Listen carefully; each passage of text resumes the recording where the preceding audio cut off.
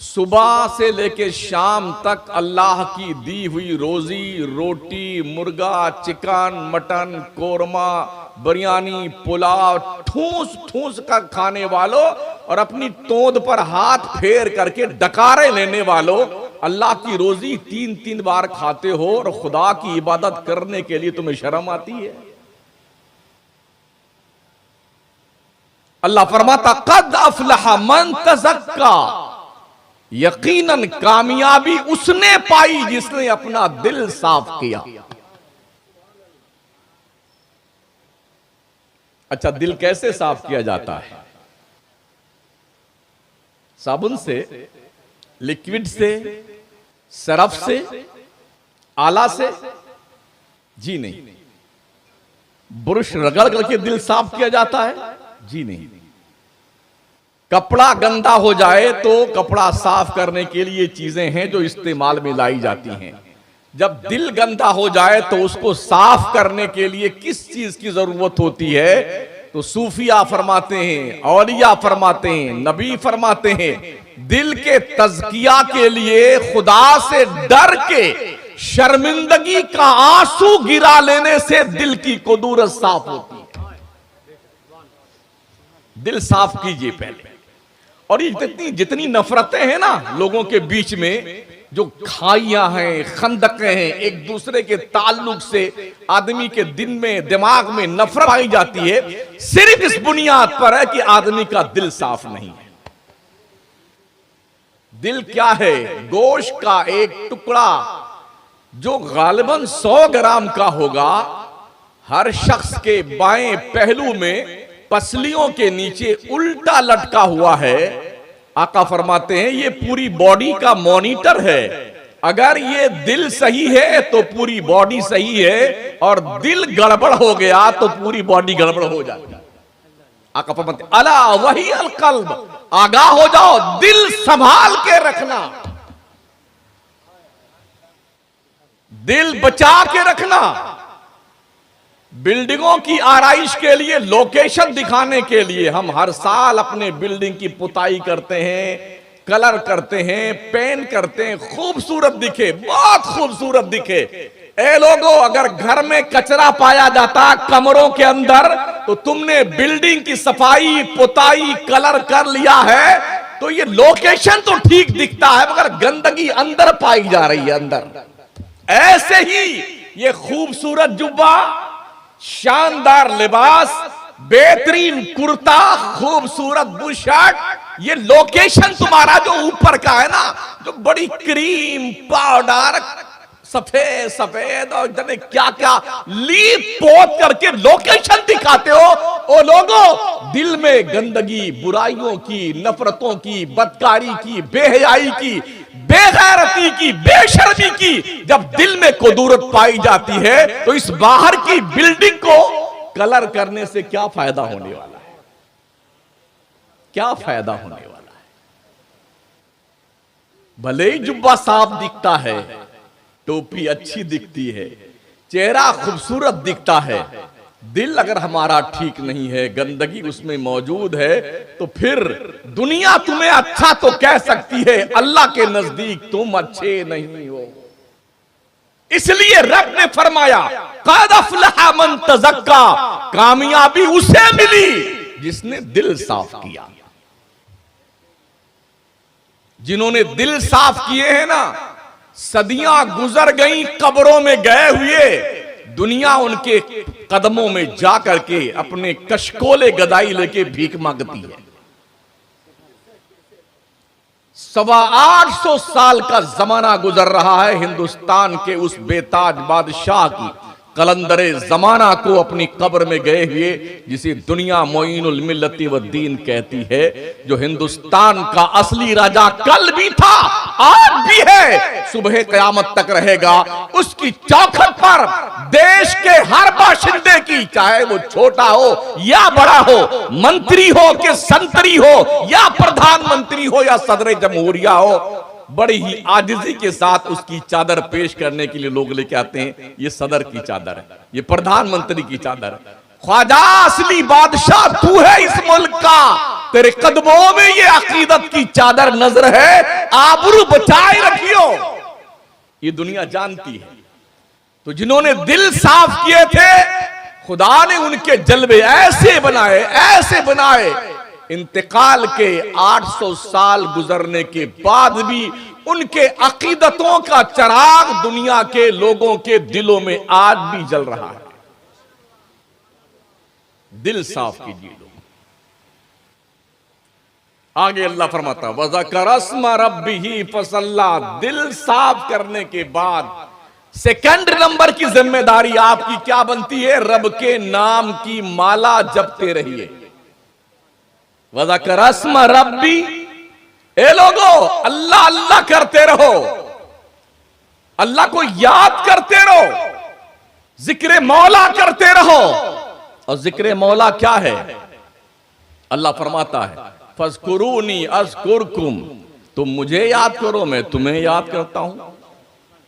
अल्लाह को याद करने का सबसे बेहतर तरीका क्या है?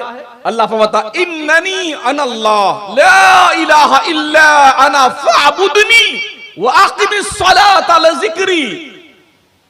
हां बेशक अल्लाह मैं ही हूं, मेरे सिवा कोई माबूद नहीं है, लिहाजा ऐ बंदो तुम मेरी इबादत करो और मुझे याद करो। मुझे याद करने का तरीका यह है कि नमाज कायम करो। सुभान अल्लाह।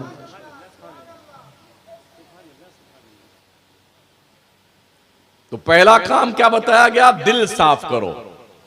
दूसरा काम बताया गया अल्लाह के नाम की माला जपते रहो, अल्लाह अल्लाह अल्लाह अल्लाह करते रहो। और क्या करना है? वज़कर अस्मा रब्बिही फसल्ला, और नमाज कायम करो। इस आयत मुबारका में अल्लाह ने 3 बातों का हुक्म दिया है। दिल साफ करने का, जिक्र खुदा करने का और नमाज़ें कायम करने का। हम में से हर शख्स को चाहिए कि वो थोड़ी देर के लिए अपने बारे में गौर करे, क्या मेरा दिल साफ है? क्या हम अल्लाह के नाम की माला जपते हैं? क्या हमने नमाजें कायम की हुई हैं? आप साल दर साल नहीं, रोजाना नहीं, हर दिन में 5 मरतबा जलसे करते रहो। अगर आपने अपने दिल साफ नहीं किए हैं, अगर आपने खुदा के नाम की तकबीर न पुकारी, अपने रब को याद न किया और आपने नमाजें नहीं कायम करी हैं, तो फिर ऐसे जलसे आपके मुंह पे मार दिए जाएंगे। समझ रहे हो? जलसों के करने का मकसद ये होता है, जिसे सुनिए उसे दिल में जगा दीजिए, और दिल में जगा देने के बाद अब तक नमाज नहीं पढ़ते थे अब पढ़ना शुरू कर दो। अब तक झूठ बोलते थे, झूठ बोलना बंद कर दो। अब तक गुनाह करते थे, गुनाह करना बंद कर दो। तब तो जलसा करने का मकसद समझ में आता है। और अगर हमने जैसे कल थे हम वैसे आने वाले कल में भी रहे तो ठीक है, उठते रहिए, बैठते रहिए, जय जयकार करते रहिए। हम जैसे 50 मौलाना आएंगे, शायर बहुत सारे आएंगे और आपके नजराने लेके जाएंगे, खाएंगे आपकी, और वाह वाह वाह वाह सुभान अल्लाह करके चले जाएंगे। मगर इतने कूटे जाओगे ना मुरादपुर के लोगों, इतने कूटे जाओगे ना शक्लें पहचानने में नहीं आएंगी। क्या बात है, वाह वाह, बहुत बुरी मार मारे जाओगे। तुमने सिर्फ जन्नत का तस्वुर सुना उलमा से ना, कि जन्नत ऐसी है, जन्नत वैसी है, हूर के साथ शादी होगी, गिलमान खिदमत करेंगे, और एक बार सुभान अल्लाह कहो तो 10 पेड़ लगते हैं जन्नत में, लगते हैं। मगर अपनी जमीन में लगाओ। जमीन खरीदी नहीं है, प्लॉट लिया नहीं है, नर्सरी से पेड़ लेके आ गए, कहां लगाओगे? पहले जन्नत में जमीन तो खरीद लो भाई साहब। हाँ। और सुनो, जब काबा बनाने के लिए दोनों पैगंबरों ने पत्थर इकट्ठे किए, इब्राहिम और इस्माइल अलैहिस्सलाम ने, तो जितने पत्थर, लगभग 5 पहाड़ों का पत्थर इकट्ठा किया गया था। जितने पत्थर काम में आने थे वो काम में आए। पत्थर बहुत सारा बच गया तो अल्लाह के हुक्म से एक आंधी आई और वो पत्थर उड़ा के ले गई दुनिया भर में। जहां छोटा पत्थर गिरा है वहां छोटी मस्जिद बनी है, जहां बड़ा पत्थर गिरा है वहां जामा मस्जिद बनी है। तो आपके मुरादपुर में भी एक छोटा पत्थर गिरा है जहां मस्जिद बनी हुई है। समझ रहे हैं? मस्जिदें क्या है? जन्नत की क्यारी हैं। क्या है? एक तो जन्नत की क्यारी वो है जो मदीने तैयबा में है, हुजूर के रौज़ा और हुजूर के मिंबर के बीच जो जमीन है उसे जन्नत की क्यारी, रौदतुम मिन रियाजिल जन्ना कहा जाता है उसे। जिसने वहां जन्नत की क्यारी में नमाज पढ़ ली, कदम रख दिया, उसे अल्लाह जन्नत में भेजेगा। हदीस शरीफ में आया है कि कल हशर में अल्लाह जन्नत की उस क्यारी को उठा के जन्नत में रख देगा। तो मस्जिदें भी जन्नत की क्यारियां हैं।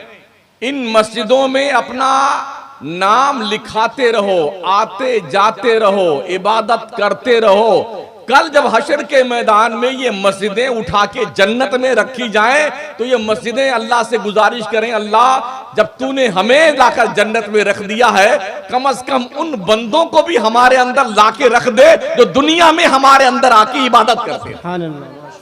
तो यूं ना सही ऐसे ही आपका नंबर जन्नत में जाने का आ जाएगा।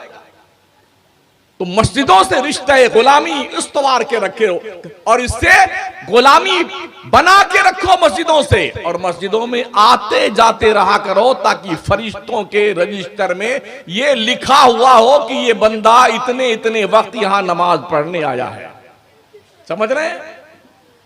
तो जन्नत की क्यारियां हमने तसव्वुर उलमा से सुना, हदीसें पढ़ी, कुरान में पढ़ा। अगर जन्नत के हूर के दुपट्टे का एक कोना काली रात में आसमान दुनिया की तरफ लटका दिया जाए तो काली रात में पूरी दुनिया में उजाला फैल जाए। जन्नत की खुशबू अगर एक सुई के नोक के बराबर दुनिया में डाल दी जाए, पूरी दुनिया खुशबू से मुअत्तर हो जाए। आदमी बड़ा खुश हो, कसम खुदा की जन्नत है और जन्नत में जाएंगे। खुशफहमी के शिकार है ना हम ही जन्नत में जाएंगे, हम ही जन्नत में जाएंगे। भैया किसी को पता नहीं है कौन जन्नत में जाएगा। समझ रहे? ना मुझे पता ना मेरे बाप को पता। हमने ऐसी कोई इबादत अब तक नहीं की है जिस पर यकीन के साथ मैं कह सकूं ये इबादत खुदा के शान के लायक है। अगर आपके पास कोई सजदा है तो मुझे बताओ कि हमारा ये सजदा अल्लाह की शान के लायक है। किसी के पास एक भी सजदा ऐसा नहीं है, पूरी ज़म्बीले हयात में एक नेकी हमारे पास नहीं है जिसे हम कॉन्फिडेंस के साथ कह सकें ये अल्लाह के दरबार में पेश करने के लायक है। ये चेहरा इस काबिल नहीं है कि हम रब को दिखा सकें। जनाब नसीर गोलड़वी ने एक अच्छा शेर कहा है, अल्लाह का दरबार तो बहुत बड़ा दरबार है। जब मदीने तैयबा गए ना तो उन्होंने नात लिखी थी, उसका एक शेर है, शर्म इसियां से नहीं सामने आया जाता। या रसूल अल्लाह, गुनाहों की बुनियाद पर मुझे शर्म आती है कि मैं आपके मवाजे अक़दस के सामने आऊं, जो आपका रौजा शरीफ जहां से सलामी पेश करते हैं ना, लोग कतार बांध के जाते हैं, जहां पे 70,000 फरिश्ते सुबह आते हैं, शाम तक सलातो सलाम पेश करते रहते हैं। 70,000 फरिश्ते शाम को आते हैं, सुबह तक सलातो सलाम पेश करते रहते हैं। और जो एक बार आ जाता है कयामत तक दोबारा उस फरिश्ते का नंबर नहीं आएगा। वो दरबार पुरवकार मदीने तैयबा में है। उस सरजमीन पर पहुंचने के बाद पीर नसीर गोलड़वी कहते हैं, या रसूलल्लाह, शर्म इसियां से नहीं सामने आया जाता। आका आपके जाली शरीफ के सामने आते हुए मुझे शर्म आती है, इसलिए कि ये चेहरा आपको दिखाने के लायक ही नहीं है। या रसूलल्लाह, हमने वो गुनाह किए हैं, वो खताएं करी हैं, जाने अनजाने में हमने गुनाहों के अंबार लगाए हैं। या रसूलल्लाह, सामने शर्म की बुनियाद पे मुझसे आया नहीं जाता, शर्म इसियां से नहीं सामने आया जाता। ये भी क्या कम है तेरे शहर में आए हुए हैं। माशाअल्लाह, नबी के शहर में पहुंच जाना ये मामूली बात है। जिसको नबी बुलाते हैं वही मदीने तैयबा जाता है। तो जन्नत का हमने तस्वुर भी देखा, बांध रखा है, जन्नत के बारे में सुन भी रखा है, जन्नत के बारे में पढ़ भी रखा है, लेकिन कभी जहन्नम के बारे में कुछ सुना और पढ़ा है? हमारे उलमा ने सिर्फ जन्नत समझाया, जन्नत जन्नत हूर गिलमा, और ये माशाल्लाह क्या दीवारें मुश्को अंबर की, क्या फल फ्रूट होंगे, क्या बढ़िया बढ़िया दरख्त लगे होंगे, पेड़ लगे होंगे, और फूल होंगे, पत्तियां होंगी जो सोने चांदी हीरे जवाहरात जमुर्रत के होंगे। बड़ा खुश होता है, इंशाअल्लाह जरूर जाएगा। कभी आईने में चेहरा देख लो साथी, क्या इस लायक है कि जन्नत में जाएं? क्या इस लायक है कि खुदा की जन्नत का दीदार करें? क्या इस लायक है कि हमारा नाम जन्नतियों की लिस्ट में लिखा जाए? जब आप सोने लगिए तो अकेले में तसव्वुर कीजिए और अपने जिंदगी भर के आमाल का एहतसाब कीजिए। अकेले में बता, ओ मेरे दिल तू फैसला कर, क्या मेरा अमल मुझे जन्नत में ले जाने के लायक है? पूछो अपने दिल से। अल्लाह की कसम, आपका दिल आपको नकार देगा। जालिम, तेरी जिंदगी की एक भी नेकी ऐसी नहीं है जो शान मौला के मुताबिक हो, रब के दरबार में पेश करने के काबिल हो। तो ये तस्वुर बांधा जाता, पीर साहब जन्नत में लेके जाएंगे, वो जन्नत में लेके जाएंगे। भैया कोई जन्नत में ले वे के नहीं जाएगा, ये ध्यान रखिएगा, समझ रहे हैं आप? हाँ, अगर ठीक अमल आपका है, अकीदा ठीक है, अमल ठीक है, तो फिर तवक्को रखिए, वो लोग भी सिफारिश कर देंगे जन्नत के लिए। और अगर ऐसा नहीं है तो भुगतान देने के लिए तैयार रहिए। हाँ, हजरत सैयदा फातिमा ज़हरा को जब कब्र के हवाले किया गया ना जन्नतुल बकी शरीफ में, सुभान अल्लाह, सबसे मुअज़्ज़ज़, सबसे मुकर्रम, सबसे बाबरकत कब्रिस्तान जन्नतुल बकी मदीने तैयबा का, हुजूर के रौज़े शरीफ के बिल्कुल पास में। फातिमा ज़हरा को कब्र के हवाले करने के बाद हजरत अबू ज़र ग़िफ़ारी ने कब्र को मुखातब करके फरमाया, ओ कब्र, तुझे पता है कौन तेरे अंदर आया हुआ है? कब्र ने जवाब दिया, अबू ज़र, मैं कब्र हूं, यहां हसब नसब बयान मत कर। कब्र ये नहीं पूछती कौन आया है, कब्र तो ये पूछती है क्या लेके आया है, क्या लेके आया है। किसके बारे में? ये वो खातूने जन्नत जिनके इशारे करम पर लाखों का लाख औरतें बख्शी जाएंगी, वो खातूने जन्नत जिनके चादरे ततहीर में छुपकर उम्मत की वो माएं बहनें बेटियां जन्नत की मुसाफिर बनेगी जिन्होंने नबी का कलमा पढ़ा है, वो खातूने जन्नत। जैसा कि भी शोरा ने शेर पढ़े थे ना, मनादी निदा करेगा अहले मैशर, नजरें झुका लो फातिमा की सवारी 70,000 हूरों के झुरमुट में पुलसराज से गुजरने वाली है, और ऐसे गुजर जाएगी फातिमा ज़हरा जैसे बिजली चमकती है, बिजली कौंधती, ऐसे गुजर जाएगी। नजरें झुकाने के लिए सबको हुक्म दे दिया जाएगा। नबी फरमाते हैं, फातिमा तो सैयदुन निसाल आलमीन, मेरी बेटी फातिमा सारी दुनिया की औरतों की सरदार है। उसके बावजूद भी कब्र का जवाब सुनिए। अगर फातिमा ज़हरा के हवाले से कब्र का ये जवाब है, तो मुरादपुर और कुर्बो जवार के रहने वाले लोगों, मुझे बताओ, जब तुम कब्र में जाओगे तो तुम्हारे बारे में कब्र का जवाब क्या होगा? तुम्हारे बारे में कब्र का क्या जवाब होगा?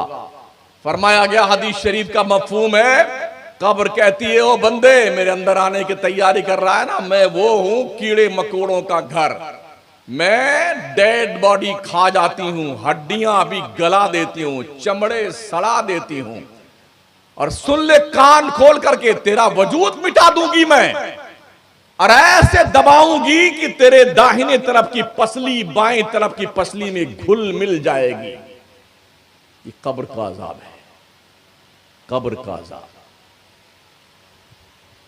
वो जहन्नम, कब्र की बात तो ये, अभी मरने से लेकर के कयामत, जब नफ़क़े सानिया, जब सेकंड मर्तबा इसराफील सूर फूकेंगे ना, उस वक्त फिर जिंदा होंगे और फिर उसके बाद उठ करके हश्र के मैदान में चलेंगे। तब तक हमें अपनी कब्र में ही रहना है। कब्र भी डेड बॉडी नाप के बनाई जाती है, मरने वाले इंसान की बॉडी नापी जाती है, उसी के हिसाब से बस थोड़ा सा साइड में जगह दे करके आगे पीछे, बस इसको लपेट दो कपड़े में, लपेट के चुपचाप लेटा दो। अब सारे लोग यही पढ़ के आते हैं, मिन्हा खलकनाकुम व फीहा नुईदुकुम व मिन्हा नुखरिजुकुम तारतन उखरा। तुम जानो, तुम्हारा अमल जाने, तुम्हारा काम जाने, हम तो यहीं तक तुम्हारे साथी थे। बोलो बोलो लोगों, आज तक क्या किसी मर्द मैदान ने अपने बाप की कब्र में कोई चिराग रखा? आज तक किसी भी चाहने वाले ने अपनी मां की कब्र में गद्दे बिछाए? आज तक किसी चाहने वाले ने अपनी बेगम की कब्र के अंदर रोशनी का कोई इंतजाम किया? कोई ऐसी लगाई उसमें? जी नहीं, कुछ भी नहीं। नंगी कब्र की पीठ होती है, उसी की कब्र की गोद में बंदा अपने चहीतों को सुला के आ जाता है, फिर पलट के नहीं देखता कि उसके साथ क्या होता है, पलट कर नहीं देखता। इमाम अहले सुन्नत फरमाते हैं, अंधेरा घर, अकेली जान, दम घुटता, दिल उकताता, खुदा को याद कर बंदे, वो साथ आने वाली है। नबी रहमत फरमाते मफ़हूम हदीस, कब्र के अंदर जब मुर्दे पे अजाब होता है, अगर वो आवाज दुनिया के इंसान सुन ले तो उनके कान के पर्दे फट जाएं और लोग बेहोश होकर जमीन पे गिर पड़े, लोगों की मौतें वाक़ हो जाए। कब्र के अंदर जो आवाज होती, जो मुर्दा चीखता और चिल्लाता है, ओ मेरे घर वालों, मुझे तन्हाई में कहां छोड़ के जा रहे हो? अंधेरे में कहां छोड़ के जा रहे हो? नमाज वो नुस्खा कीमिया है, जब तुम मरोगे तो तुम्हारी कब्र में रोशनी का इंतजाम ये नमाज करेगी। तुम मरोगे, तुम्हारे दिल के साथ उनसियत का, मोहब्बत का सलूक ये नमाज करेगी। नमाज खूबसूरत शक्ल सूरत में जवान की शक्ल में आएगी। मुर्दा पूछेगा, अल्लाह की बंदे तेरा भरा, अल्लाह तेरा भला करे, तू कौन है? मेरे घर वालों ने मुझे छोड़ दिया, मेरे बेटे मेरी कब्र में ना आए, मेरा बाप नहीं आया, मेरे रिश्तेदार नहीं आए, मेरी बेबी नहीं आई, बंदे तू कौन है? मेरी मोहब्बत में यहां बैठा हुआ है।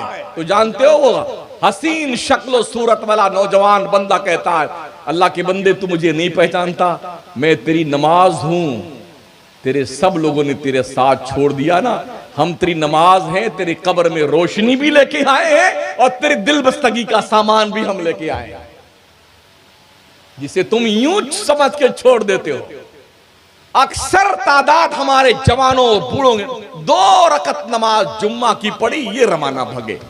दिन भर बेटा लिए मोबाइल बैठा रहता पागलों की तरह, लगता दिमाग का स्टूड हिला हो गया इसका, और मस्जिद में नमाज पढ़ने के लिए 2 रकत पढ़ने के लिए आता है।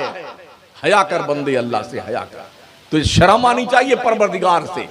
खुदा की जमीन पे रहता है, खुदा के आसमान के नीचे रहता है, अल्लाह की दी हुई रोजी खाता है, उसकी दी हुई सांस लेता है।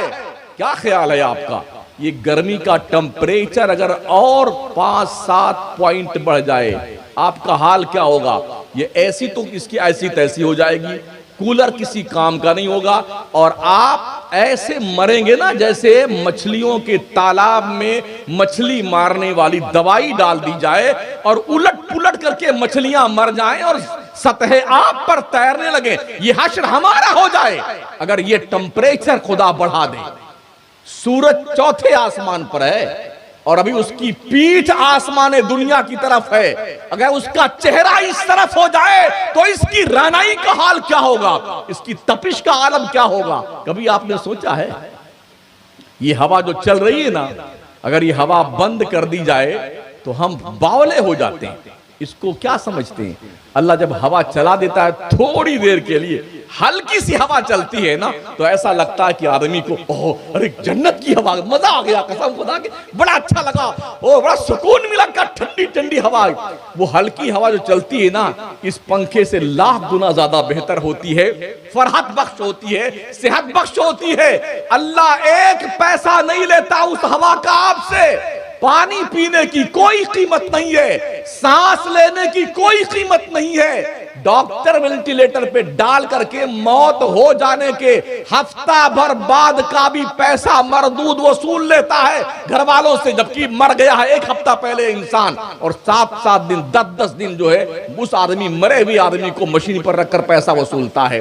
क्या ख्याल है आपका? रब ने ये जो चीजें दी है ना, गुर्दा, कलेजी, अतड़ी, पचौनी, तिल्ली, जिगर, मेदा, लंग्स और जी ये उंगलियां, 365 जोड़, फिर इनके अंदर नसों का जो है सिस्टमेटिक निजाम, पैर के अंगूठे से लेकर रीढ़ की हड्डी के साथ जो नसों का जुड़ाव हमारे दिमाग से, और फिर दिमाग को 365 रगों से अल्लाह ने बड़े अच्छे ढंग से बांध रखा है। ये सिस्टम खुदा का, एक बारीक सी नस अगर डिस्टर्ब हो जाए तो आदमी कोमा में चला जाता, कोमा में। कई कई लाख रुपए देने के बाद फिर भी वो रुतबा, वो वक़्त, वो मकाम नहीं मिलता है, थोड़ा थोड़ा डिस्टर्ब रहता है आदमी ऑपरेशन करवाने के बाद भी। आप यूं समझते हैं कि सब ऐसे ही हो गया है, ऐसे ही हो गया आप, ऐसा नहीं। खुदा के लिए पहचानो अपने आप को। जहन्नम जिसको खुदा ने अपने नाफरमान बंदों और काफिरों मुशरिक लोगों के लिए बनाया, तैयार किया, बिना तौबा के मर गए ना मुसलमान, सुन ले। और इस उम्मीद पर अगर तुम हो कि मरने से पहले तौबा कर लेंगे, तो मुझे बता दीजिए कि मरने से पहले आप तौबा करने पाएंगे ही कि नहीं पाएंगे। अगर कोई लाइसेंस आपके पास है, जी जब बूढ़े होंगे तब दाढ़ी रखेंगे ना, जब बुड्ढों से कौन दाढ़ी अब तो रख लीजिए थोड़ा देखते हैं जवानों, हाँ इंशाल्लाह बूढ़े होंगे तब दाढ़ी रखेंगे, नमाज में इंशाल्लाह, बिल्कुल जब बूढ़े होंगे तो नमाज पढ़ेंगे। क्या खबर है आप, क्या एहसास नहीं होता है कि आप बूढ़े होने भी पाएंगे कि नहीं होने पाएंगे? या जवानी में आपका टिकट कट जाएगा तो बुढ़ापा का इंतजार करते करते चले जाएंगे आप? सरकार महबूब इलाही निजामुद्दीन औलिया फरमाते हैं, बंदे जवानी में इबादत कर, जवानी में, बुढ़ापे में इबादत नहीं करेगा तो क्या करेगा? घर में तेरे बच्चे नहीं पूछेंगे, तू खांसता घर में आएगा ना, लोग जाओ ना बाहर, बाबा कहां करके पका रहे हो दिमाग हमारा, बाहर जाइए बैठिए, जहां भैंस बांधी जाती है, जहां गाय बांधी जाती है, जहां बैल बांधे जाते, वहां जाके बैठिए। वो बुढ़ा बेचारा खांसता वो बाहर आता है। ये बुढ़ापे में कदर होती, इल्ला माशाअल्लाह जो बच्चे अपने माँ बाप के वफादार हैं उनकी बात नहीं करता, वरना अक्सरियत आज की तारीख में ये है कि माँ बाप को लोग बोझ तस्वुर करते हैं कि इन्होंने तो अपनी जिंदगी जी ली है, अब हमें अपनी चॉइस के साथ अपना जीवन बसर करना है, अपने हिसाब से हम जिंदगी गुजारेंगे, जिएंगे। माओ और बापों को लोगों ने आश्रम हाउस में डालना शुरू कर दिया है, ओल्ड हाउस में जाओ, वहीं रहो, हम घर में अकेले रहेंगे, मियाँ बीवी, डोकरे, बूढ़े बाबा, अब्बा हुजूर, बूढ़ी अम्मा, आप आश्रम में रहिए। एक बूढ़ी माँ को, एक बूढ़े बाप को सिर्फ खाना तो नहीं चाहिए ना, सिर्फ पानी नहीं चाहिए। एक बूढ़े बाप और माँ को बेटा भी चाहिए, बेटे की बीवी भी चाहिए, बेटों के बेटे और बेटियां चाहिए, बेटियां भी चाहिए और बेटियों के बच्चे भी चाहिए। उन बच्चों के बीच में रह करके बूढ़े बाप, दादा का, परदादा का दिन और रात का लम्हा खैरियत से गुजर जाता है। मगर बुरा हो वेस्टर्न कल्चर का, वहां का हाल यह है पूरे यूरोप में कि जैसे बच्चा पैदा होता है तो माँ बच्चे से बेपरवाह हो जाती है। इसलिए कि हमने अपने दोस्तों सुना जो वहां पढ़ाते हैं यूरोप में, उन्होंने कहा जिस दिन बच्चा पैदा होता है उसी दिन से बच्चे को इतना गिफ्ट मिल जाता है, इतने खिलौने मिल जाते हैं, दोस्त, अहबाब, हुकूमत, पैसा उसी दिन से उसकी तनख्वाह जारी हो जाती है और उसके लिए आया मुतय्यन होती है, आया खिलाती पिलाती, वही दूध पिलाती बाहर का। माँ बाप फ्री है, कोई मतलब नहीं। माँ बाप ने बच्चों को बचपन में अपना प्यार न दिया। जब बच्चे 18 साल को पार करते हैं यूरोप में और उनकी शादियां होती हैं, वो बच्चे अपने माँ बाप को उनके बुढ़ापे में प्यार नहीं देते हैं, उन्हें ओल्ड हाउस में डाल के आते हैं। जैसी करनी वैसी भरनी। बदकिस्मती से ये बीमारी हमारे मुल्क हिंदुस्तान में भी आ गई है। हिंदू, मुस्लिम, सिख, ईसाई सबके यहां ये बुराई पाई जा रही कि लोग अपने बूढ़ों को बोझ महसूस करते हैं, जबकि हम जानते अपने बचपन में हमने देखा है कि बच्चे अपने बड़ों से सीखा करते थे। कहीं बूढ़े बैठे होते थे तो उनके बीच आके छोटे छोटे बच्चे बैठते थे, बूढ़े उनको कुछ कहानियां सुनाते थे, कुछ अच्छी बातें बताते थे, तो बच्चे उनसे सीखते थे। आज इतना एडवांस हो गया जमाना, बूढ़ों के पास तो कोई आना ही नहीं चाहता है। वो समझते हैं ये वेस्टेज माल है, इनको साइड में कर दो, क्योंकि एक मोबाइल की दादी अम्मा हर आदमी घर पे मौजूद है। एक एक घर में 5-5 मोबाइल, 10-10 मोबाइल, 8 जितने कैंडिडेट उतने मोबाइल। और लॉकडाउन लगाने के बाद तो अब तो छोटे छोटे बच्चे भी ऑनलाइन, जो ऑफलाइन नहीं पढ़ते हैं उन्हें ऑनलाइन पढ़ाने के लिए इतना बड़ा बड़ा मोबाइल संभाला दिया गया है। 18 महीने के बच्चों को मैंने देखा खूब धाड़े मार के रो रहे होते हैं ना, मोबाइल को सिर्फ दिखा दीजिए ऑटोमेटिक लगा, जैसे उनका आंसू वहीं रुक जाता है, बहुत खुश होता बच्चा। ये कहां सीखा उसने? ये कहां सीखा है? जब वो पेट में मां के था तब उसने सीखा है। गौ से पाक मां के पेट से पैदा हुए थे तो 18 पारे के हाफिज बन के पैदा हुए थे। बख्तियारे काकी पैदा हुए तो 14 पारे के हाफिज बन के पैदा हुए थे। पूछा था शहजादो तुमने ये कुरान कहां याद किया? जवाब ये दिया था मेरी मां 18 पारे की हाफिजा थी। जब वो मां पढ़ती थी ईशा के बाद कुरान, 18 पारे पढ़ने के बाद बिस्तर पे जाती थी, मैं अपनी मां के पेट में रह करके 18 पारे सुन सुन करके मैंने याद कर लिए।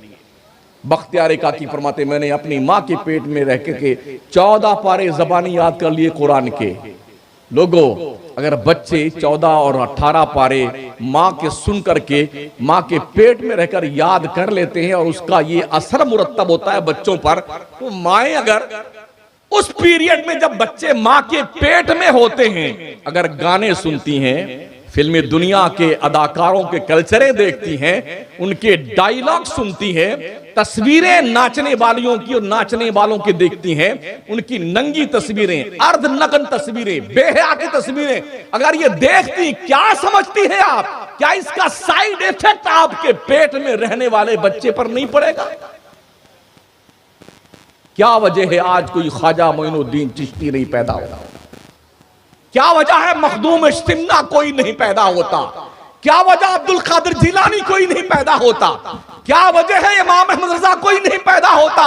वजह यह है जिन माओं की गोद से ऐसे हीरे मिलते थे कौम के, वो गोदें ऐसी लापरवाह, बेपरवाह, बेशरम और बेहयाई और बेगैरती की आमाजगाह बन गई है, जहां से ऐसा माल विकसित ही नहीं होता है। कहां से मिलेंगे बच्चे? मां की गोद पहली यूनिवर्सिटी है, पहली तरबियत गाह है, पहला स्कूल है। मां, तुम्हें अपने बच्चों पे ध्यान नहीं है? बच्चे पैदा हो जाएं तो उनका हाल ये होता है, जितने छोटे कपड़े बाजार में मिलते हैं उतने छोटे कपड़े लाए जाएंगे। टॉपर, चड्डी, बनियान, आधा जिस्म दिखता है आधा नहीं दिखता है। किसी का ऐसा दिखता है यूं ऐसे सैंडोनुमा बनियान। अरे अपने बच्चियों को बचपन से ही इस्लामी कल्चर बताओ कि एक फातिमा जहरा की कनीज का किरदार क्या होना चाहिए, हसनैन करीमैन का पाकीज़ा किरदार क्या था, ये बच्चों को बताओ अपने आप को। आज की तारीख में ये बहुत जरूरी है, बहुत इंपॉर्टेंट है, इसलिए कि जब तक तुम अपने बच्चियों को और बच्चों को ये नहीं सिखाओगे तो ये बच्चे आगे चल करके कोई गुलामे मोइनुद्दीन नहीं, कोई कनीज़े फातिमा नहीं, बल्कि कोई सलमान रुश्दी बन के पैदा होगा और कोई तस्लीमा नसरीन पैदा होगी। इस तरह से बेहया लोग पैदा होंगे और कौम में वो जहर बोलेंगे मजहब के खिलाफ, इस्लाम के खिलाफ, कुरान के खिलाफ, नबी की अज़मात के खिलाफ। आज किसी इस बात का एहसास नहीं है कि तहफ़्फ़ुज़े नामूसे रसालत के लिए पूरी दुनिया में एहतजाज हो रहा है, खासकर हमारे पूरे मुल्क हिंदुस्तान में रोज एहतजाज हो रहा है। लोग गुस्ताखियां कर रहे हैं, एहतजाज कर रहे हैं, लोग एहतजाज कर रहे हैं। मैं कहता हूं जरूरत कहां पेश आती है यार एहतजाज करने की? हम क्यों ना अपने बच्चों और बच्चियों को इतना पाबंद बना दे, इतना पाबंद बना दे ना, दुनिया को नजर उठाने की हिम्मत न पड़े हमारे बच्चों और बच्चियों पर। ये कब होगा? ये ज़ौक़े जुनू उस वक्त बेदार होगा जब बाप और माँ दोनों मिल करके बच्चों की परवरिश और विलादत के जमाने से पहले से लेकर के उनके तरबीजो इशात पर, उनके जहनों फिक्र के ऊपर इस्लामी कल्चर का कि रंग आफरीनी करने का काम करेंगे, तब कभी जाकर के ये माहौल पैदा होगा।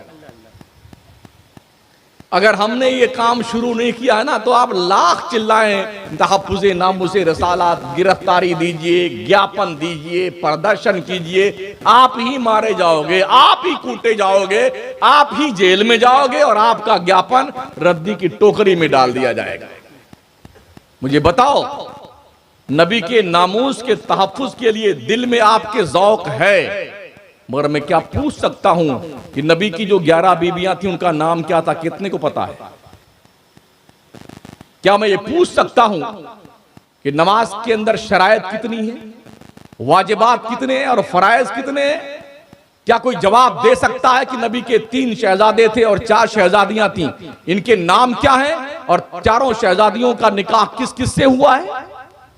क्या आप बता सकते हैं कि गज़वात में कितने गज़वे में नबी ने शिरकत फरमाई है, कितने सराया पेश आए हैं, बदर के मैदान में कितने मुसलमान शहीद हुए हैं? क्या बता सकते हैं आप?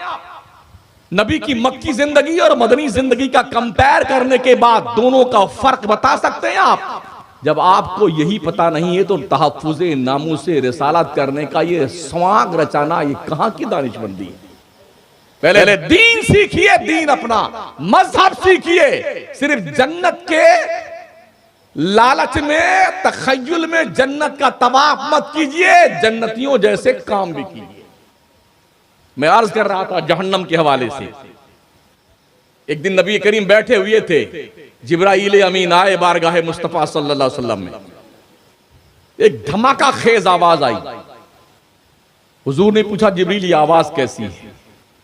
उन्हें अर्ज किया, या रसूलल्लाह, 70 साल पहले जहन्नम की मुडेर से एक पत्थर जहन्नम में ढकेला गया था, 70 साल के बाद वो पत्थर जहन्नम की तह में पहुंचा है, ये उसका धमाका है।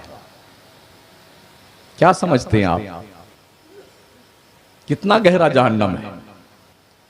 पत्थर ढकेला जाए मुडेर से और 70 साल में तह तक पहुंचे जहन्नम के, कितना गहरा जहन्नम है। जिस जहन्नमी को जहन्नम में डाला जाएगा ना, जानते उसके बारे में क्या फरमाया गया है? उसका जो ये मोड़ा है ना, मोड़ा, इस मोड़े से लेके इस मोड़े तक, हदीस शरीफ का मफहूम ये है, तेज रफ्तार घुड़सवार अगर यहां से दौड़े, इस मोड़े तक दौड़ाए घोड़ा को, तेज रफ्तार, 2 महीने में यहां से यहां तक पहुंचेगा। सुन रहे हैं? जहन्नमी का जो दांत होता है, दांत, एक दांत ओहद पहाड़ के बराबर होगा। ओहद पहाड़ कितना बड़ा है? 15 किलोमीटर में है। मुंह में 32 दांत हैं, 32 को 15 किलोमीटर के हिसाब से गुणा करके देखिए कि ये दांत जो 15 किलोमीटर का एक दांत होगा, तो 32 दांत 15 किलोमीटर के हिसाब से कितना बनता है? कितने बड़े मुंह में और चेहरे में उस दांत को सेट किया जाएगा, कितना बड़ा सर होगा उसका, तसव्वुर कीजिए। ये जो खाल है ना, खाल, ये जहन्नमी खाल, ये 70 मीटर मोटी होगी ये खाल, 70 मीटर। जब जहन्नमी को जहन्नम में डाला जाएगा तो 70 साल तक पानी पानी पानी चिल्लाता रहेगा दारोगे जहन्नम से, पानी चाहिए, पानी चाहिए, पानी चाहिए।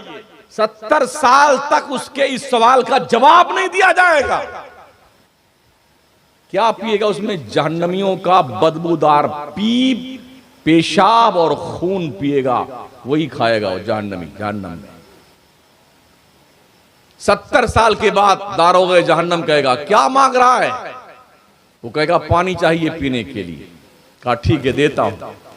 तो जहन्नम के एक दहकते हुए बर्तन में जहन्नमियों के खौलते हुए पीप और लहू को, खून को जो बदबूदार होगा, वो दिया जाएगा पीने के लिए। हदीस शरीफ में आया हुआ है, जब वो पीने के लिए प्याला मुंह के करीब लाएगा तो चेहरे का गोश्त सड़ करके, झड़ करके उसके प्याले में आ जाएगा और फिर उसी को पिएगा, वो उसी को पिएगा। जब वो पिएगा ना तो ये भी हदीस शरीफ में आया है, उसके पेट की अंतड़ियां सड़ गल करके पाखाने और पेशाब के रास्ते से बहने लगेंगी। डर नहीं लगता जहन्नम से? ये चमड़ा जब गल जाएगा जल करके तो अल्लाह क्या फरमाता, कुल्लमा नदिजत जुलूदुहुम बद्दल्लाहुम जुलूदन गैरहा लियज़ूक़ुल अज़ाब।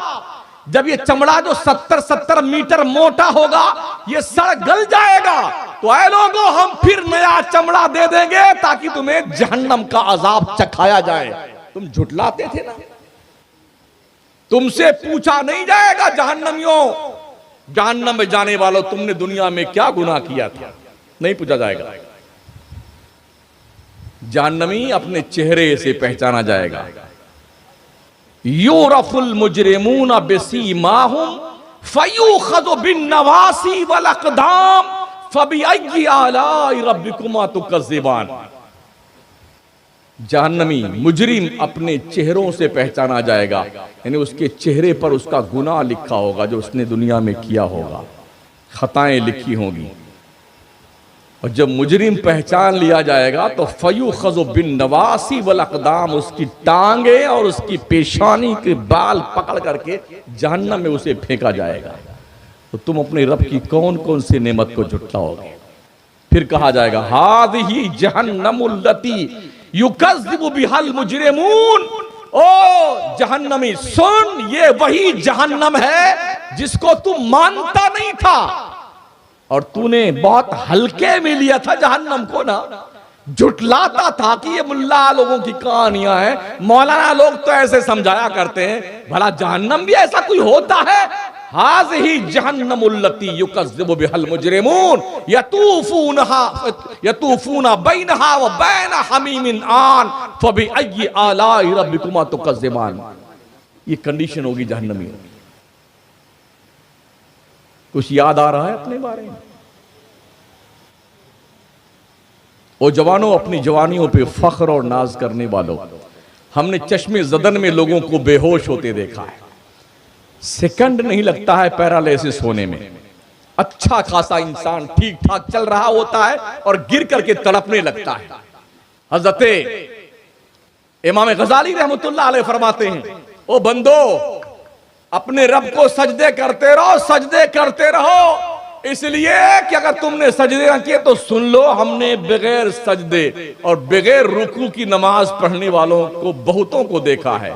आप देख लीजिए मस्जिदों में कुर्सियां लगी हुई हैं, हरमैन शरीफ जाइए तो हजारों कुर्सियां लगी हुई हैं, अच्छा खासा हट्ठा कट्टा आदमी है मगर वो ढंग से सजदा नहीं कर पाता है, रुकू नहीं कर पाता है। बैठा हुआ कुर्सी पे रुकू करना हुआ तो ऐसे थोड़ी मुंडी झुका लेता है, सजदा करना हुआ थोड़ी और थोड़ा ज्यादा झुका लेता है। कहीं ऐसा ना हो कि वो दिन आ जाए कि तुम सजदा करना चाहो, अल्लाह तुम्हें सजदा करने का मोहताज बना दे। कहीं ऐसा ना हो। डरो अपने परवरदिगार से। वो बंदे जो अल्लाह से डरते हैं अल्लाह को बहुत पसंद है। अल्लाह उन बंदों से प्यार करता है जो अल्लाह से डरने वाले हैं। खुदा से कांपते रहिए, अल्लाह से लरसते रहिए, और अल्लाह ने डरने वालों के लिए इनाम रखा है। इन्ना लिल मुत्तकीन मफाजा हदाइक व अनाबा व कवाइब अतराबा व कासन दिहाका। उठाइए कुरान शरीफ 30वां पारा सूरह नबा शरीफ है। अल्लाह फरमाता बेशक डरने वालों के लिए इन्ना लिल मुत्तकीन मफाजा, कामयाबी है। हदाइक व अनाबा, जन्नती बगीचा है और अंगूर के दरख्त हैं, उसमें गुच्छे लटक रहे हैं। वह कवाइब अतराबा, एक खास उम्र की कुंवारी औरतें हैं जो तेरे निकाह में दी जाएंगी जन्नती। वह कासन दिहाका, तुझे पीने के लिए जन्नत का शराबे तहूर दिया जाएगा। अल्लाह से डरने वालों, ये तुम्हारा इनाम है। सजदे करो मौला को, अपने बंदरी करो अपने परवरदिगार की, रोते रहियो अपने रब की चौखट पर। ये वक्त वो है जब अल्लाह वाले जाग करके खुदा को राजी करते हैं। ये तहज्जुद का वक्त है। और जानते हो तहज्जुद का वक्त क्या होता है? कबूलियत का वक्त होता है। जितने भी अल्लाह वाले रहे हैं ना, वो तहज्जुद की नमाजें पढ़ते थे। हजरत शेख सादी शिराजी रहमतुल्लाह ताला अलैह, बुलबुल शिराज, अपने बेटे के साथ तहज्जुद के लिए उठे, तहज्जुद की नमाज पढ़ने के लिए। नमाज दोनों ने पढ़ ली। बेटे ने कहा, अब्बा हुजूर, ये कितने लोग बेकार लोग हैं जो नमाजें नहीं पढ़ते तहज्जुद की। हम दोनों बाप बेटे नमाज पढ़ रहे हैं, ये लोग नमाज नहीं पढ़ते हैं। तो बाप ने कहा, बेटे इससे बेहतर था तू नमाज ही नहीं पढ़ता। खुदा के दरबार में तन्हाई में इबादत करने के लिए उठा है, फिर भी तू दूसरों के ऐब देख रहा है, फिर भी तू दूसरों का आंगन झांक रहा है, दूसरों के गरीबान में टटोल रहा है। इससे बेहतर था तू तहज्जुद ना पढ़ता। कम अज कम इस वक्त तुझे दूसरों के ऐब नहीं दिखने चाहिए थे। तो अपने मौला को राजी करने के लिए उठा है ना, तो दूसरों की फिक्र क्यों करता है? हम में से कितने ऐसे लोग हैं जिन्हें अपनी आंखों का शहतीर नजर नहीं आता है, वो दूसरों का ही झोपड़ा देखा करते हैं, दूसरों का घर देखा करते हैं, दूसरों के घर में झांका करते हैं, दूसरों के बारे में सोचा करते हैं। बंदे, तू अपने बारे में सोच। तुझसे नहीं पूछा जाएगा फलां साहब के बारे में क्या ख्याल है, तुझसे नहीं पूछा जाएगा फलां कमेटी वालों के बारे में तेरा क्या ख्याल है, फलां नकीब के बारे में तेरा क्या ख्याल है, फलां शायर के बारे में तेरा क्या ख्याल है। तुझसे नहीं पूछा जाएगा, तुझसे तेरे बारे में पूछा जाएगा। सुन लो मुरादपुर के लोगों, हदीस शरीफ में आया, जब तक बंदा अपनी जिंदगी के एक एक लम्हे का हिसाब नहीं दे देगा अल्लाह को, तब तक उसे पैर उठाने की इजाजत नहीं दी जाएगी। जब बंदा अल्लाह के दरबार में पेश होगा ना हश्र के मैदान में, तो अल्लाह पूछेगा 60 साल 70 साल 80 साल की उम्र जो तूने दी थी, हम तुझको हमने दी थी ना, ये बता बंदे तूने इस उम्र को किस काम में खर्च किया है। ओ इस जलसे में बैठे हुए लोगों, जिसकी जितनी भी उम्र है वो हिसाब जोड़ ले कि हमने अल्लाह को अपने जिंदगी के एक एक पल का हिसाब देना है, एक एक नेमत का हिसाब देना है। अल्लाह फरमाता, सुम्मा लतुसअलुन्ना यौमइज़िन अनिन नईम, हम तुमसे अपनी हर नेमत के बारे में जरूर पूछेंगे, तुमने हमारी नेमत का इस्तेमाल कैसे किया है। दे सकते हैं जवाब हम खुदा को? जिस खुदा का दरबार ऐसा, कुरान फरमाता, यौम यक़ूमुर रूहु वल मलाइका सफ़्फ़न ला यतकल्लमूना इल्ला मन अदिना लहुर रहमान व क़ाला सवाबा। हश्र के मैदान में जिब्रील अमीन, फरिश्तों का गिरोह अल्लाह के दरबार में खड़ा होगा तो कांपता होगा, कांपता होगा। किसी को बात करने की हिम्मत ना होगी अल्लाह से, वही बात कर सकता है जिसे अल्लाह हुक्म देगा, परमिशन देगा। हमारा तो नंबर भी नहीं आएगा। हम तो सिर्फ रात भर जलसा करने के आदी हैं, जागरण मंच करने के आदी हैं। हाँ, फिर सुबह सोएंगे, फजर गायब, जोहर गायब, असर गायब, मगरिब गायब, इशा गायब। जुम्मा में कभी कभी जियारत करने मस्जिद में तशरीफ ले आएंगे। नमाजें पढ़ने से शैतान बहुत रोकता है। एक शख्स उठा नमाज पढ़ने के लिए, अपने घर से निकला, अंधेरा था, पैर टकराया किसी चीज से, गिरा कीचड़ में, कपड़ा गंदा हो गया, गुस्से में उठा, वापस घर में आया, नहाया, कपड़ा दूसरा पहना, फिर निकला, फिर गिरा, फिर कपड़ा लथपथ हो गया गंदगी में, फिर वापस पलट के आया, गुस्ल किया, दूसरा कपड़ा पहना, फिर तीसरी बार चला। जब बाहर निकला नमाज पढ़ने के लिए, तो एक शख्स जो है चिराग लिए खड़ा हुआ था। कुछ ना इन्होंने उससे पूछा, ना उसने इससे कुछ पूछा। वो रोशनी दिखाता हुआ उस बंदे को मस्जिद के पास ले गया। वो अंदर चला गया नमाजी, और ये बाहर गेट पे खड़ा रहा चिराग लेकर के। जब नमाज पढ़ के वो शख्स बाहर निकला, तो चिराग लेकर के आने वाला फिर चिराग दिखाता हुआ उसको उसके घर तक ले आया। जब वो चिराग दिखाने वाला वापस पलट के जाने लगा, तो उस नमाजी ने पूछा, अल्लाह के बंदे, तूने इतना नेक काम किया है तो कम से कम अपना नाम तो बताता जा, तू कौन है यार? तूने इतना करम मेरे साथ किया है, रोशनी दिखा के मुझे मस्जिद तक ले गया, रोशनी दिखा के मेरे घर तक छोड़ने आया, अब बता बता तू कौन है? उसने कहा, मेरा नाम जानना चाहते हो? कहा हाँ। कहा, मेरा नाम इबलीस है, मैं शैतान। कहा तेरा नाम तो नमाज से रोकना है। कहा बिल्कुल मेरा काम नमाज से रोकना है। कहा फिर तूने मुझे रोशनी का इंतजाम क्यों किया, मस्जिद तक लेकर गया, मस्जिद से घर तक लेके आया, क्यों? कहा बंदे हमें ये बहुत दुश्मनी होती है, बहुत गुस्सा लगता है जब अल्लाह किसी मुसलमान को बख्श देता है। कहा अच्छा क्या हुआ? कहा जब तू पहली बार गिरा और गलाजत में मुलव्विस हुआ, कपड़ा तेरा गंदा हुआ, जिद में गुस्से में आके तूने गुस्ल किया, नया कपड़ा दूसरा पहना, फिर चला, तो अल्लाह ने तेरे इस अमल के बदले में तेरे घर भर की बख्शिश फरमा दी। कहा अच्छा क्या दूसरी मरतबा तू गिरा और फिर वापस आके तूने गुस्ल किया, दूसरा कपड़ा पहन करके फिर मस्जिद से चला, तो अल्लाह ने तेरे पूरे खानदान की बख्शिश कर दी। और फिर तीसरी बार जब तू तेरे साथ ऐसा हुआ तो मैंने ये सोचा कहीं ऐसा ना हो कि तू फिर गिरे गलाजत में, फिर वापस पलट के आए नहाए और फिर नया कपड़ा पहन के मस्जिद में जाए, तो अल्लाह तेरे सदके में तेरे पूरे गांव की बख्शिश कर देगा। तो जितने को हमने बचाना चाहा उतने को बचा लिया, उनको बख्शने नहीं दिया। ये शैतान का काम है। जब आप नमाज के लिए उठना चाहेंगे ना तो शैतान आपका पैर दबाएगा। अरे बेटे कहां जा रहे हो, आराम कर लो, कितनी ठंडी ठंडी हवा आ रही, सुबह सुबह की है, एसी चल रही है, कूलर चल रहा है। अच्छा जब से ये एसी और कूलर होगा ना, जब से और ऐसी तैसी हो गई। पहले तो लोग जाग भी आते थे नमाज पढ़ने के लिए, अब कम वक्त जागता ही नहीं है, ठाट से सोता रहता, ठंडी ठंडी हवाएं। एक तो ये हवा ठंडी ठंडी और दूसरे शैतान पैर भी दबाता करके, बेटे सोता रहा बेटा सोता रहा। हदीस शरीफ का मफहूम है वो नाक के अंदर यहाँ जहाँ पतला हिस्सा है यहाँ करके वो यूं अपना जो है मसल करता है ताकि इसको आराम और सुकून मिले और खर्राटे मार के सोया करे, फिर सोता रहता है वो। और जब नमाज कज़ा करवा देता है तो फिर निकल के चला, अब बेटे तू सोता रहे, हमें क्या लेना, जागे चाहे ना जागे। अल्लाह फरमाता है इन्न शैतान लिल इंसानी अदुव्वुम मुबीन, बेशक शैतान इंसान का खुला हुआ दुश्मन है। ए लोगो, शैतान जो तुम्हारा खुला हुआ दुश्मन है, उस खुले हुए दुश्मन से सतर्क और होशियार रहने के लिए हम क्यों तैयार नहीं हैं?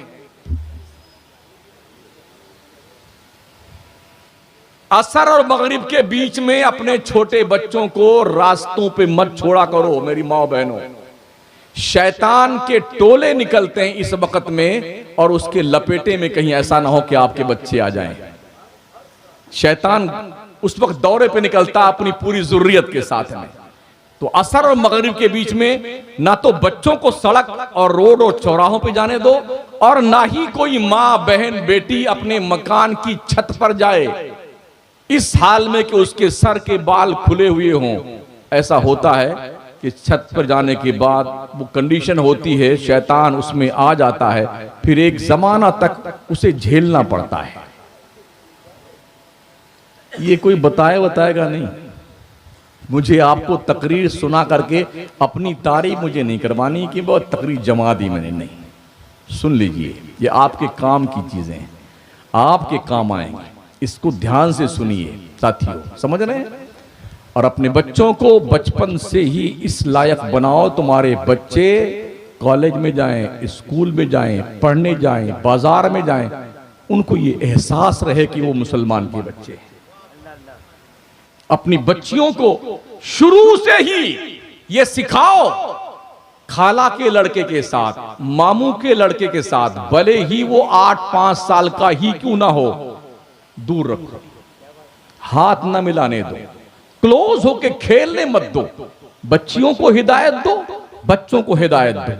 ये रिश्ते इतने खतरनाक होते हैं कि बढ़ते बढ़ते वो किसी और तरफ भी कदम उठ जाते हैं, फिर दोनों तरफ के लोग मुंह दिखाने के काबिल नहीं रहते हैं। आका करीम अलैहिस्सलाम ने इसीलिए फरमाया है जब बच्चे और बच्ची 10 साल के हो जाएं तो इनके बिस्तर अलग कर दो। 2 भाइयों को एक बिस्तर में सोने मत देना, भाई और बहन को एक साथ बिस्तर पे मत सोने देना, 2 बहनों को एक साथ बिस्तर में मत सोने देना, इनके बिस्तर अलग कर दो ताकि अखलाकी बीमारी के शिकार न बनने पाए। सुन रहे हैं? इलाज कीजिए अपने दिमागी खलजान का, अपने आप के गिरदोपेश का जायजा लीजिए। हवाएं आपकी दुश्मन, माहौल आपका दुश्मन, मुआशरा आपका दुश्मन, नचनिए गवैये आपके दुश्मन, शैतान आपका दुश्मन, और इतने सारे दुश्मन आपके हैं। जिस तरह से 32 दांतों के बीच में जबान रहती है, ठीक है ना, 32 दांतों के बीच में जबान, फिर भी किस तरह से जबान अपने आप को दांतों से बचाकर रखती है, ऐसे ही 32 दुश्मनों के बीच में आप रह करके अपने आप को कैसे बचाकर रख सकते हैं, मुखलिस बंदे की हैसियत से ये आपकी जिम्मेदारी है सोचने की। कभी कभी ऐसा होता है, जबान कभी चूक जाती है तो दांत के नीचे दब जाया करती है, जख्म लग जाता है, एक आध बूंद खून भी निकल आता है, कभी गांठ भी पड़ जाती जबान में दांत के नीचे दबने की बुनियाद पर। अल्लाह ने दांत में उसमें जबान में हड्डी नहीं रखी है। क्यों नहीं रखी है जबान में हड्डी परवरदिगार ने? जबान में खुदा ने हड्डी इसलिए नहीं रखी है ताकि तुम्हारी जबान कड़वी और सख्त बोल ना बोले। ऐसे बोल मत बोलो कि कफन फाड़ के बोले, कफन फाड़ के बोलता यार। ये फरमाया गया, जराहातुस्सिनान लहत तयामु वला यल्तामु मा जरहल लिसानु। तलवार का जख्म तो भर जाता है, जबान से दिया हुआ जख्म नहीं भरता है। अगर आपके रिश्तों में दरार हुई है ना जख्मों की बुनियाद पर, जबान के जख्मों की बुनियाद पर, रिश्ते सुधर भी जाएं, गांठ तो लग जाती है। एक बंदे ने एक अल्लाह के बंदे से पूछा, एक बात बताइए कि सबसे ज्यादा ख्याल और ध्यान अल्लाह की रहमत को किस तरफ होना चाहिए, उस बंदे की तरफ जो बंदा नेकूकार अच्छा है, या उस बंदे की तरफ जिसने अपने गुनाहों से तौबा किया है और अब वो नेक बना है? तो इन दोनों में से सबसे ज्यादा अल्लाह की रहमत किस तरफ मुतवज्जे रहनी चाहिए? तो हमने भी देखा है करगा चलाने वालों को, तो वो फरमाते हैं, बेटे मैं कोई बहुत बड़ा मौलाना तो नहीं हूं, कोई आलिम नहीं हूं, हां मैं कपड़ा बुनता हूं, धागा को डालता हूं उसके जहां जहां डालना होता है। जब कोई धागा टूट जाता है तो उसमें हम गांठ बांध देते हैं। धागे जो बिल्कुल सीधे जिसमें गांठ नहीं होती है ठीक होते हैं, हम उस पर ध्यान नहीं रखते हैं, हम ध्यान उस धागे पर रखते हैं जिसमें हमने गांठ डाली हुई कि ये ना टूट जाए। तो इससे तुम अंदाजा लगा सकते हो। तो बताया उसने कि हाँ हाँ शायद ही वजह है, अल्लाह अपने उस बंदे की तरफ ज्यादा मुतवज्जे होता है जो अपने गुनाहों से तौबा करके हर रिश्ते गुनाह तोड़ के अपने रब की दहली से करम पे आता है। अल्लाह की रहमत उस तरफ ज्यादा मुतवज्जे रहती है। तो अगर हमने अब तक तौबा नहीं किया है, लोगों तौबा करो अपने गुनाहों से। या अय्युहल्लज़ीना आमनू तूबू इलल्लाहि तौबतन नसूहा, ए ईमान वालो तुम अपने गुनाहों से ऐसी तौबा करो जिस तौबा के बाद गुनाह करने का इरादा ना हो, जिस तौबा के बाद गुनाह करने का इरादा ना हो। इस उम्मीद पर कल तौबा कर लेंगे, परसों कर लेंगे, एक महीने बाद कर लेंगे, अगले रमजान से कर लेंगे, ये तूले अमल दे करके तौबा की तारीख मत दिया करो कोर्ट और कचहरियों की तरह। जितनी जल्दी हो सके जो कल करना है वो आज कीजिए, जो आज करना है वो अभी कीजिए, इसलिए कि मौत इंफॉर्मेशन देके नहीं आती है। उजाले अपनी यादों के हमारे साथ रहने दो, न जाने किस गली में जिंदगी की शाम हो जाए, कहां पकड़ करके गला दबोच दे मलकुल मौत, कुछ पता नहीं। अल्लाह फरमाता, कुल इन्नल मौतल्लज़ी तफिर्रूना मिन फ़इन्नहु मुलाक़ीकुम। मुस्तफा तुम फरमाओ मेरे बंदों को कह दो, तुम जिस मौत से भागते हो वो तो मौत तुमसे जरूर मुलाकात करके रहेगी, बच नहीं सकते हो। और ऐसे यूं खींच कर मौत ले आती, बाप के सामने बेटे को, बेटे के सामने बाप को, माँ के सामने बेटी को, बेटी के सामने माँ को। सारा घर भार टिका हुआ है देखने के मरीज को, सबके बीच में आया मलकुल मौत, ये पकड़ा चल लेके निकला, झट रूह निकाला। और गेट पे जब पहुंचता है ना, मलकुल मौत जब रूह निकालता, मेरे नबी फरमाते हैं क्या तुम ये समझते हो कि बहुत आसानी से रूह निकलती है? नहीं नहीं लोगों, मेरे नबी फरमाते हैं मलकुल मौत 500 फरिश्तों को लेके आता, 500 फरिश्तों को, अकेले नहीं आता है रूह निकालने के लिए, 500 फरिश्ते आते हैं। वो जिसकी रूह निकाली जाए, कोई पैर पकड़ता है, कोई हाथ दबा कर रखता, कोई गला दबा के रखता है, कोई मुंडी पकड़ के रखता है। क्या ख्याल है आपका? एक देसी मुर्गा ज़िबा करना होता है ना, तो बड़ी आसानी से ज़िबा नहीं होता है, चिल्ला चिल्ला के वो आसमान सर पे उठा लेता है। ये जो भी बनारसी मुर्गा आया, बनास्पति, इस मुर्गे की बात नहीं करता हूं, हाँ जी बॉयलर मुर्गा, इसकी बात नहीं करता। ये तो ये दरबे में सब बंद है, एक को निकाला यूं, एक ही हाथ से उसका पंख पकड़ा, मुंडी पकड़ी और यूं बिस्मिल्लाह की गया काम से। इतना ही करता है, ची बस खत्म। वो अंदर जो दरबे में बैठे हुए हैं ना, वो बड़े मस्त रहते हैं, वो दाना चुनते रहते हैं, खाते रहते हैं, बड़े मौज में रहते हैं। उसको पता नहीं एक गया है, दोबारा मेरा नंबर आएगा, फिर तीसरे का नंबर आएगा, सब एक के बाद दूसरे का नंबर आ जाता है। लेकिन जो देसी मुर्गा होता है ना, अल्लाह अकबर, अकेले कोई ज़िबा नहीं कर सकता, दोनों पंख को पैरों के नीचे दबाना पड़ता है, उसके बाद मुंडी पकड़नी पड़ती है, दोनों टांग को पकड़ना पड़ता, फिर भी कक कक कक कक चिल्लाता रहता है काटते काटते। क्या ख्याल है आपका? जब एक मुर्गा की जान निकलने में इतनी तकलीफ होती है, तो ये 6 फीट का, 7 फीट का, 5.5 फीट का बंदा जब इसकी जान निकलती तो क्या आसानी से निकलती? मेरा नबी फरमाता फरिश्ते उसको दबा कर रखते हैं, फिर रूह निकाली जाती है। आका फरमाते हैं अगर फरिश्ते जकड़ कर ना रखे तो ऐ लोगों तुम देखते मरने वाला मौत की तकलीफ की शिद्दत से जंगलों में भागता फिरता। ये नबी फरमाते हैं। और जब रूह निकाल के मलकुल मौत गेट पर पहुंचता है ना, पूरा खानदान, पूरे घर वाले पौ पौ रोने शुरू है, चिल्ला चिल्ला करके, तो मलकुल मौत रूह को लेकर के गेट पे खड़ा होता और कहता ओ घर वालों तुम क्यों रोते हो? इसको सुनो, अल्लाह की कसम मैंने इसके मुकद्दर का एक दाना नहीं छीना है, जितना दाना लेके आया था कुदरत तरफ से खा चुका। मैंने इसकी किस्मत में जो एक कतरा भी पानी था नहीं छीना है, जितना पानी पीना मुकद्दर था उतना पानी पी चुका, अब नहीं इसके मुकद्दर में पानी। मैंने इसकी जिंदगी की एक सांस भी नहीं छीनी है, जितनी सांस लेनी थी ले चुका। मैंने तो रब के हुक्म की पालना करी है। और रोने वालों सुनो, तुम इस पे रोते हो, आज मैं इसको लेके जा रहा हूं, कल मैं फिर आऊंगा तुम्हें लेने के लिए। ये हालत होती साथियों। ऐ काश हम बेदार हों, जागें, गुनाहों से तौबा करें, अच्छे काम करें, नेक काम करें, भले काम करें, एक दूसरे से मिलजुल कर रहें, छोटे बड़े का अदब एहतराम करें। इस्लाम के पैगंबर ने फरमाया अकरिमु करीमा कुल्ला कौमिन, हर मजहब के बड़े की इज्जत करो, हर मजहब के बड़े का आदर सम्मान करो, उसका इस्तकबाल करो। खबरदार खबरदार, किसी भी इंसान से नफरत मत करना। इस्लाम नफरत नहीं सिखाता, इस्लाम मोहब्बत सिखाता है, प्यार सिखाता है। ये मोहब्बत ही थी कि जिस हिंदुस्तान अखंड भारत को महमूद गजनवी, शहाबुद्दीन गौरी जैसे लोग फतेह न कर सके, 17 बार अटैक करना पड़ा महमूद गजनवी को, और शहाबुद्दीन गौरी मार खा के गया। उस अखंड भारत को एक मर्द कलंदर ने अजमेर की धरती पर बैठ करके दिलों की दुनिया को फतेह किया, और 90 लाख कुफ्र के दिलों में कलमे मुस्तफा की रोशनी पैदा की ख्वाजा ने।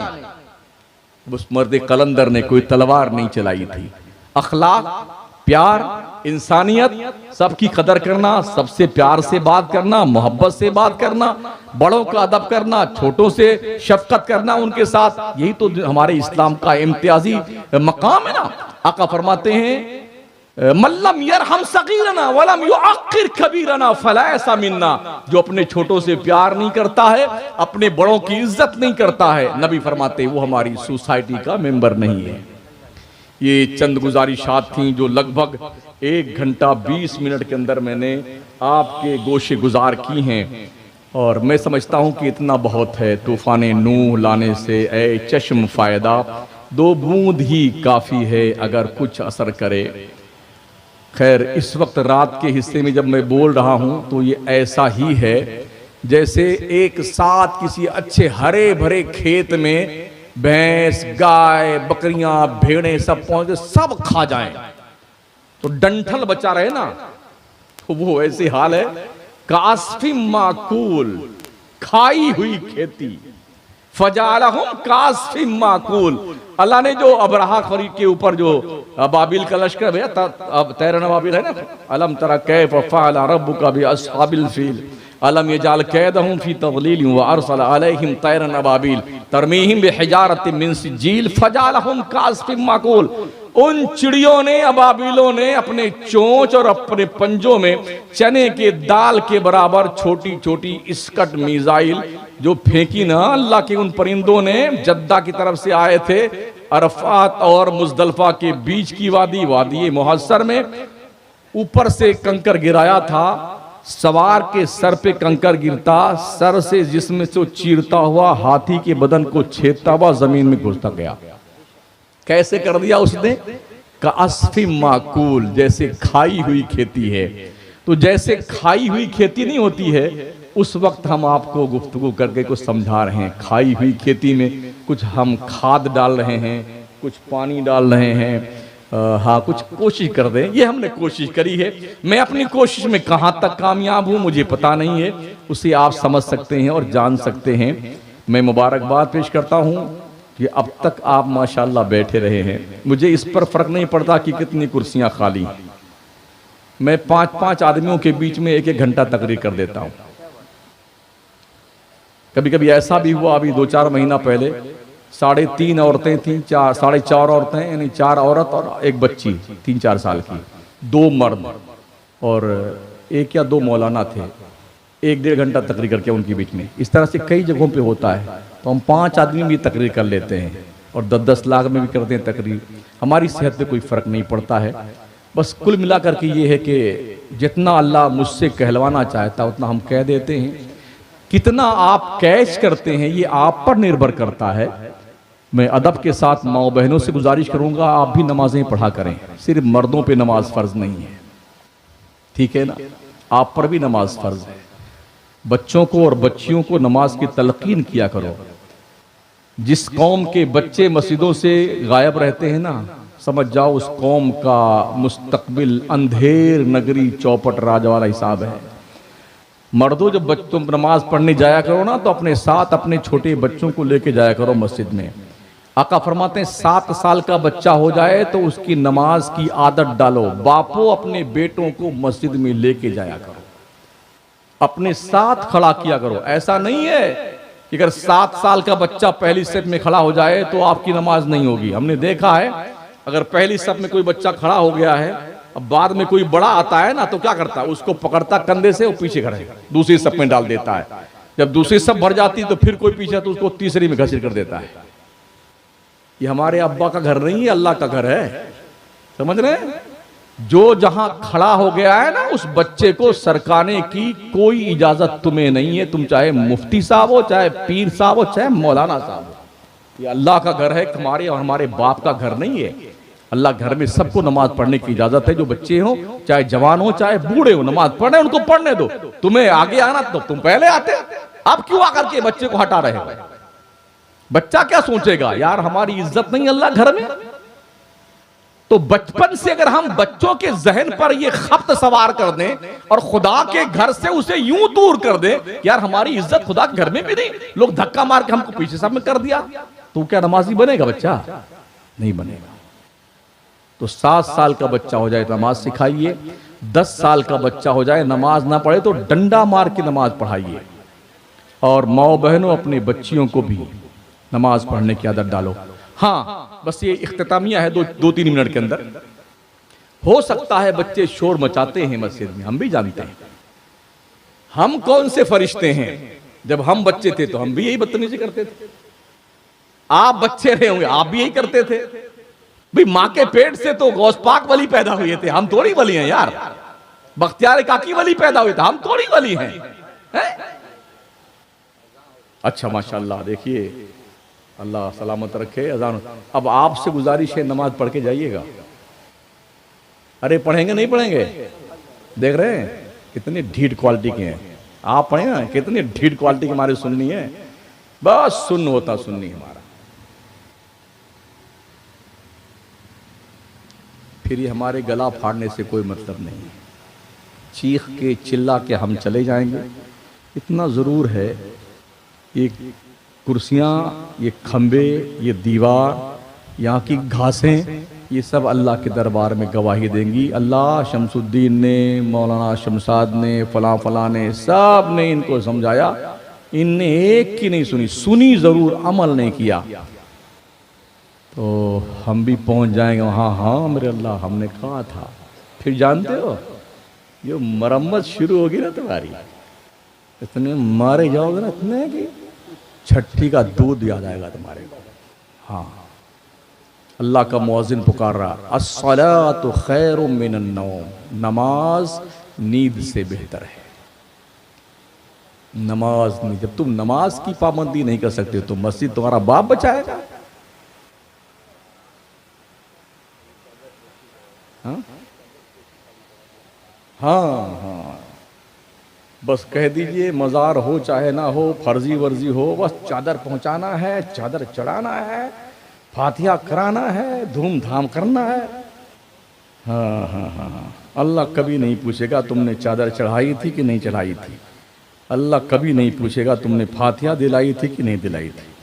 अल्लाह कभी नहीं पूछेगा तुम गरीब नवाज के यहाँ गए थे कि नहीं गए थे, गौस पाक के यहाँ गए थे कि नहीं गए थे। लेकिन ये ज़रूर पूछेगा रोज़े महशर के जां गुदास बुअद, अव्वलीन पुरुष से नमाज बुअद।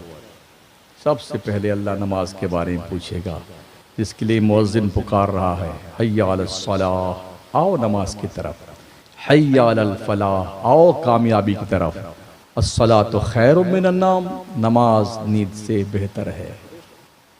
अल्लाह तौफीक बख्शे, अल्लाह आपको हिदायत नसीब फरमाए कि नमाज़ें आप पढ़ें। माँ बहनों, आप भी नमाज़ पढ़ें, बच्चों को तलकीन करें, आप भी नमाज़ पढ़िए और तौबा कीजिए। पता नहीं है कि कब आपको अल्लाह की तरफ से बुलावा आ जाए। अस्तगफिरुल्लाह रब्बी मिन कुल्लि ज़ंबिन व अतूबु इलैह। एक दूसरा